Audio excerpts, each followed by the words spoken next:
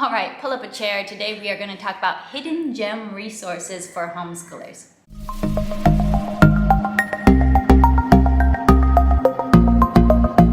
Hi, I am Rachel from 7 and All, and I love to make nerdy homeschool videos here on YouTube. So if that is the kind of video that you like to spend your free time watching or listening to, go ahead and click subscribe down below. Just accept it. You are a homeschool nerd now.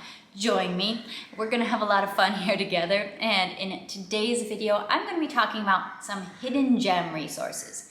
You might notice that in the homeschool internet, social media world, you're gonna hear a lot about some of the same resources that everybody knows about. I mean, we've got All About Reading, Logic of English, The Good and the Beautiful. Some of these resources get a lot of press, and then there's other really high quality resources that you just don't tend to hear that much about. So in today's video, I wanted to highlight a collection of some real favorite go-to high quality resources in my own family that I've come across over the years. And I also want to invite you down in the comments below, share with me what are some of your hidden gem resources, the resources that it kind of feels like no one's talking about or no one else has heard of, but that you have found to be very high quality. Now, the first one that I wanted to highlight is one you may have heard me mention before, which is the Winston Grammar program. This is the grammar program that I used as my first introduction to grammar. We have the basic level student workbook, the advanced level student workbook. This program is composed of a student workbook as well as a teacher guide. And here's an example of the student workbook. But what it also has is a bunch of these cards. So you can see these cards are just awesome, brilliant right here. Let's look at this. We've got noun, proper, common, subject, direct object, indirect object, object of preposition, predicate nominative, appositive, noun of direct address. All the functions of a noun right there on the card. On the back of the card, we have our person, place, thing, or idea shown in symbols. These are awesome. Here, let's look at an adjective is something that modifies a noun or a pronoun. Then over here, we have our little symbols. We have how do adjectives work. So we've got all of our different little color-coded cards. What we're doing here, especially in the basic level, is learning the parts of speech and learning the functions of parts of speech. Every part of speech has a function. You have simple worksheets. You're usually marking each part of speech as you are learning about it, and then you start marking the functions of different parts of speech as you progress through the program. I'm not going to go in deep detail on all of these resources. This is just kind of to highlight some interesting resources. I might have another video in the future going into more detail on Winston Grammar, but I just want more people to know that it exists. It's a very high quality grammar program. 2 thumbs up from me. When I used Fix-It Grammar, by the way, it actually reminded me a lot of good old Winston Grammar, and I actually like Winston Grammar better. Next up, we have the Foldable Markable Map from Sunlight Curriculum. Now, neither Sunlight nor maps are hidden gems within homeschooling. We all know maps are useful and maps are great, but this particular map, I feel like a lot of maps people are using are like hung on the wall or beautiful, very aesthetic.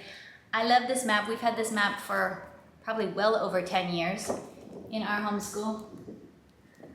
What I love about this map is, one, it is foldable. So look, it just folds up like this, flat. You can just keep it on a bookshelf. You can keep it in a cubby. It's so easy to grab it out, put it on the table, work with it, put it back away.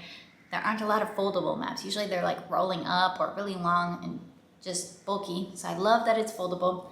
Also love that it's designed to be able to be written on. So we're always pulling this out when we're studying history. So we've been studying a lot of the explorers. We've been studying the pilgrims. So we're taking our world map and we're just using markers and showing where they traveled from where to where. Or we're also studying US geography right now. And look, we have the US on one side, the world on the other. Awesome map that more people need to know about. Okay, I might be dating myself here, but who watched Mark Kistler's drawing show growing up? I did, and we had this book when I was a kid, and we still have the book on our shelves to this day. This is an old copy, but Mark Kistler's Draw Squad is a drawing lessons book, and you'll see a lot of different drawing and art video lessons now and video subscriptions and stuff, but you can also just keep it really simple. What he really focuses on his drawing lessons is perspective and learning how to draw basic 3D shapes and then building bigger cartoon style drawings off of all of those basic 3D shapes. But I think getting down the idea of perspective drawing and getting down the idea of drawing 3D shapes well from an early age is excellent. So we have loved this. You just simply go through little lessons, go through little drawing challenges. So they have little ideas right here and show you step by step, and you can make it your own. You learn about shadow, just basic ideas for structural drawing in just line art. Not one you hear about much these days, but a great book. Next resource is also an oldie, but a goodie, and this is Lyrical Life Science. Lyrical Life Science is a set of songs, mostly set to old folk tunes, that are all about different scientific topics. And I could sing just about all of them for you till this very day, but I'm not going to subject you to that because singing is not my specialty, but these are the kind of songs that are going to stick in your brain. So we have our songs. This one is about living things. All living things are made up of cells, units of structure with functions you can tell. So we're learning about cells. We're learning about the characteristics of living things. There's so many songs. Bacteria, there's O Bacteria, which is to the tune of O Susanna. These are fantastic. The songs really stick in your brain. These are the reason why I know that DNA stands for deoxyribonucleic acid, because I first learned it from the songs. You can find the songs for these all on YouTube for the different Lyrical Life Science volumes. They also come with a teacher's guide and a workbook, which I do feel like it is handy to have the lyrics printed out because some of these old folk tunes move pretty fast. So to be able to see what they're saying, oh, okay, now I get it once you can read it. And there's a lot of additional info in the teacher's guide, and there are worksheets as well. I believe you can find these on Rainbow Resource. I've seen them there before. But this is definitely a cool science resource, and you can also just play the songs in your car and start singing O Bacteria to the tune of O Susanna. And the last resource I want to highlight is one that I myself created. Now, if you watch my channel a lot, you probably do know that I have my own shop where I create resources together with my family. It's called Where'd You Learn That? We have a website where you can purchase affordable, printable homeschool curriculum. And so that's probably not like a resource you've never heard of before if you do watch my channel, but I did want to highlight one of the resources that I feel like even I have not mentioned all that much, and it probably deserves to get a little bit more marketing and that I haven't given it, which is Alphabet Adventures. And this was actually inspired by some of my customers who said, hey, more people need to know about this. And I'm like, yeah, I need to do a better job. This is my pre-K curriculum that I developed a couple of years ago, and it is for a year of really mastering the alphabet. And it has two main components, one of which is your teacher's guide. So you have a little suggested weekly schedule, and you have little suggested ideas. This is if you are trying to make this a more rich experience. If you want to include some picture books, here for the letter B, we have Blueberries for Sale. We have some songs that you can learn. We can learn bingo, B-I-N-G-O, while we're mastering the letter B.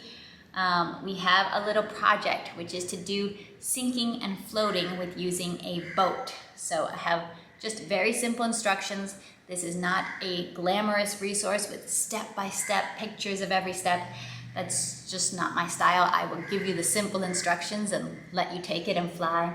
But a little suggestion to, hey, let's do an experiment with boats. If you put pennies in water, they will sink. But if you use a little boat, if you use a little Tupperware container as a boat, now suddenly the pennies float, and you can do experiments with that. Using water with your pre-K student is super fun. So this is the teacher's guide element to extend it beyond just a workbook. But there's also a workbook full of fun activities. Some of them are creative like this. So my sister drew this, and it is a boat, and we're getting to look inside the boat, and all of these letters are characters in the boat, but we're looking for the letter B. This also exists completely in Spanish, so there's a full English edition and a full Spanish edition. Then here we have all these foods that start with C, and we're going to make a letter C soup. We're gonna make a letter C soup. So you get to cut out all of these, say their names, practice the k sound, and then your child can choose which ingredients they want to put in their silly C soup. And then we have some more of these very standard, typical activities as we are learning to master our letter sounds. This is all about mastering letter sounds and really getting ready to be able to read. This is available on my website. It is mainly in black and white to keep printing costs very low. There's links to the songs that we suggest you to use. It really is a strong resource, and I just, for some reason, have not shared about it as much as some of my other resources that I've created. So I will leave a link down below so you can check out more about that. All right, now it's your turn, guys. What are some of your little known homeschool resources that you have loved in your homeschool? Let me know.